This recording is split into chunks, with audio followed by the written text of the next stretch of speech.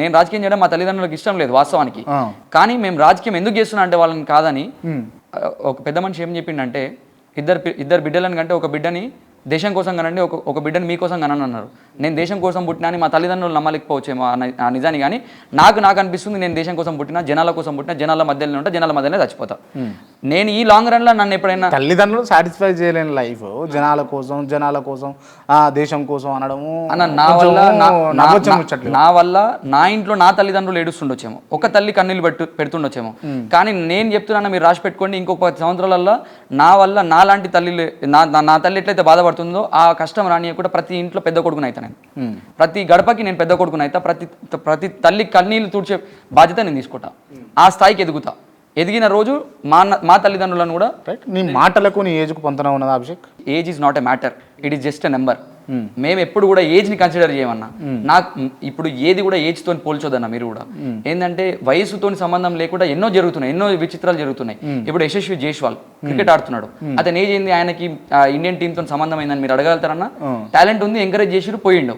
మాకు కూడా టాలెంట్ ఉందన్న, మేము కూడా మాట్లాడగలం. రాజకీయాలకు ఏడ రాణిస్తారబ్బా, ఇక్కడ ఆల్రెడీ ఉన్నారు కదా కాపు కాసుకొని అన్న. మేము అదే ప్రాబ్లం, ఇప్పుడు అది ప్రాబ్లం ఉంది కాబట్టి మేము దాన్ని అన్ని ఓవర్కమ్ చేసుకొని ముందరికి వస్తున్నాం. రైట్, ఈ పర్సనల్ విషయాలు మళ్ళీ మాట్లాడదాం. జస్ట్ పాలిటిక్స్ మాట్లాడుకుందాం. నేను ఇందాక వదిలిపెట్టా. నువ్వు ఎన్నో చదువుకున్నాను ఇందాక? ఎన్ఐటి రాయ్పూర్లో చదువుకున్నావు. ఛత్తీస్గఢ్కు ఇప్పుడున్నటువంటి ముఖ్యమంత్రి రేవంత్ రెడ్డి అప్పుడు వస్తే 500 మందిని తీసుకుపోయి హల్చల్ చేసి ఇన్వైట్ చేసినా అని చెప్పేసి నేను విన్నా. నిజమేనా అది? నిజమే. ఎందుకు చేయాల్సి వచ్చింది? నేను అప్పుడు కాంగ్రెస్ పార్టీలో ఉండే అన్న. నేను కాంగ్రెస్ పార్టీలో ఉండే. నేను అప్పుడు బీటెక్లోనే ఉండే. నేను అప్పుడు మీరు అన్నట్టు నేను బైక్ ర్యాలీ చేసి పోయిన తర్వాత అయితే మీకు అసలు నేను కాంగ్రెస్ పార్టీలోకి ఎందుకు పోవాల్సి వచ్చిందో కూడా చెప్పినా కదా. నేను రాజకీయంలోకి వచ్చినా కదా. కాంగ్రెస్ పార్టీలోకి పోవడానికి రీజన్ ఏంటంటే అప్పుడు ప్రతిపక్షంలో ఉంటే స్టార్ అవుతాం, మాట్లాడడానికి అవకాశం దొరుకుతుంది, లోకల్లో బాడీ క్యాడర్ లేదు, అట్లాంటి లేని పార్టీకి పోతే అవకాశం వస్తుందని అనుకొని వెళ్ళినాం. ఇంకో బలమైన రీజన్ ఏంటంటే కాంగ్రెస్ పార్టీలో పోవడానికి మా తాతలు మా తండ్రులు చెప్పింది ఏంటంటే కాంగ్రెస్ పార్టీ అంటే లాయల్ పార్టీ. ఆ పార్టీలో ఉంటే ఈరోజు కాకపోతే ఒక 10 నేషనల్ పార్టీ, ఈరోజు కాకపోతే ఇంకో 10 సంవత్సరాలకైనా ఫ్యూచర్ ఉంటుందని చెప్పేసినందుకు ఆ టైంలో నేనున్న నా ఏజ్ ఫ్యాక్టర్ అయి ఉండొచ్చు, ఇంకేదైనా అయి ఉండొచ్చు, నా సొంతంగా నేను ఆలోచించుకోలేని శక్తి నాకు అప్పుడు లేదు కాబట్టి ఆ టైంలో నేను కాంగ్రెస్ పార్టీలోకి పోవాల్సి వచ్చింది.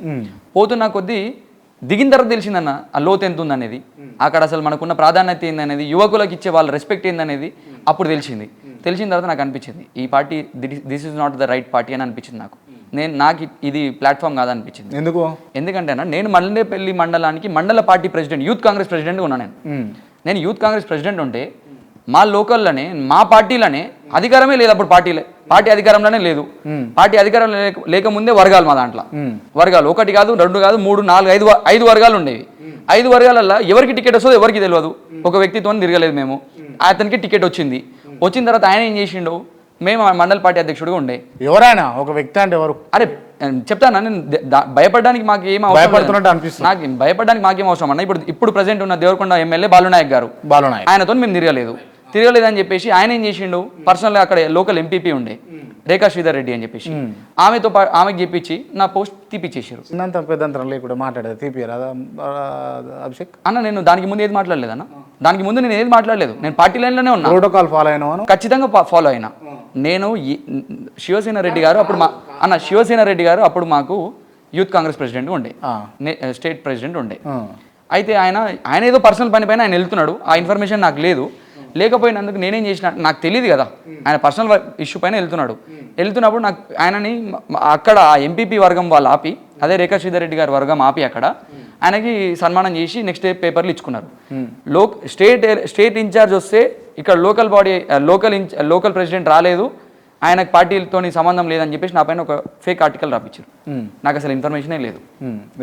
నిజమన్నా, అది నిజం. ఆయన పర్సనల్ ఇష్యూ పైన వెళ్తున్నప్పుడు మనం ఎందుకు పోయి అడ్రస్ చేస్తామన్న ఆయనని? ఆయన పర్సనల్ పని పైన పోతున్నాడు. ఆయన పార్టీ ప్రోగ్రామ్ పైకి వచ్చి నేను పోయి అడ్రస్ చేయకపోయింటే అది నా తప్పు. కానీ ఆయన పర్సనల్ ఇష్యూ పైన పోతున్నాయనని నేను ఆయనని పోయి ఎందుకు ఫెలిసిటేట్ చేయాలి?